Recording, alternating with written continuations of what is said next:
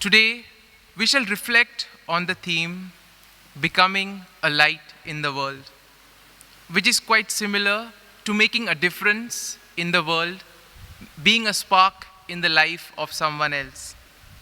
And therefore, we see in today's world, one is able to make a difference only if one is committed and determined to do good. And to do this, a person derives strength and courage from his relationship with God. And probably we can ask ourselves this question: who doesn't desire the praise and respect of others?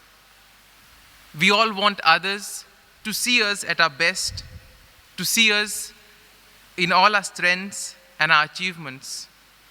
But we see that God sees us who we truly are, people in need of His mercy, help, and guidance. And if we look at the first reading of today, we see that the first reading exhorts us to praise and give greater glory to God in all that we do. And it is only by working in a manner by which we give praise to God, it's only then that we can become a spark in the life of someone else. It's only when we follow the gospel values, when we follow the virtues that Jesus wants us to follow, it's only then we can make a difference in the world. And the saints are a perfect example of this.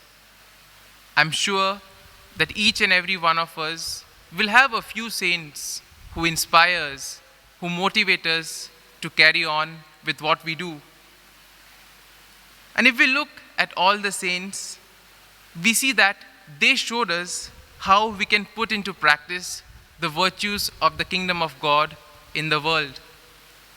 I'm sure when Jesus proclaimed about the kingdom of God, many would have had doubts, saying that in today's world, it's not possible to practice this.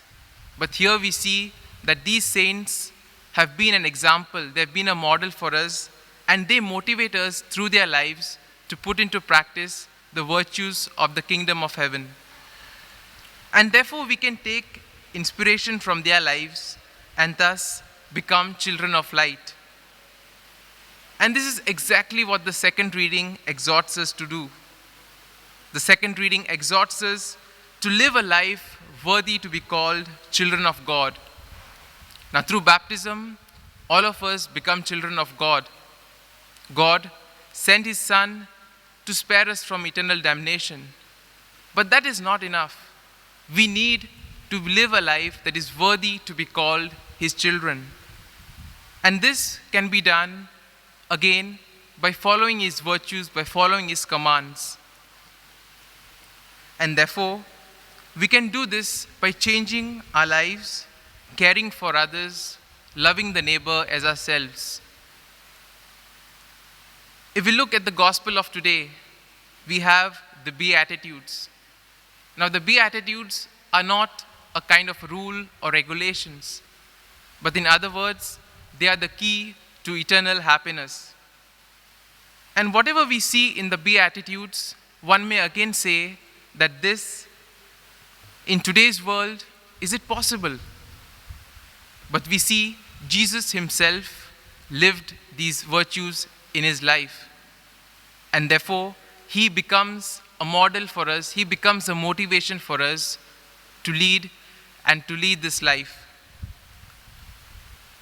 One of the main emphasis the Beatitudes lays on is true humility.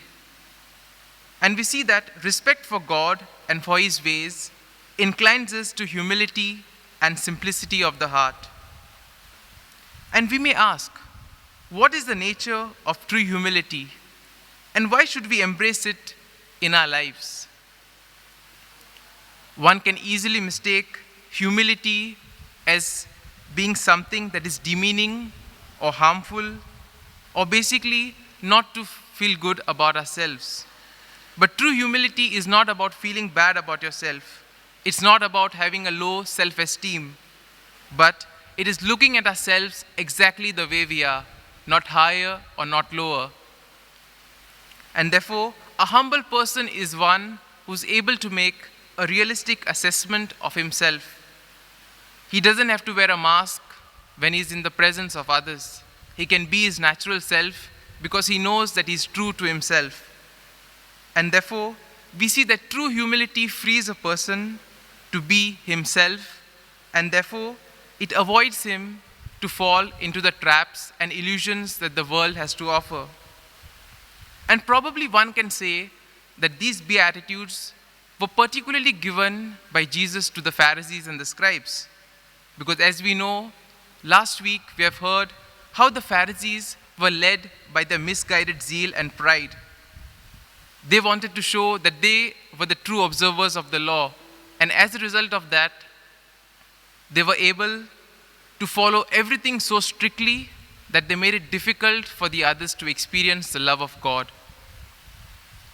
And therefore, during this Eucharist, let us in a very special way pray for the grace that we too may imbibe this quality of humility, and that we too may live a life following the virtues and the commands of God, and thus become a spark in the life of others. Amen.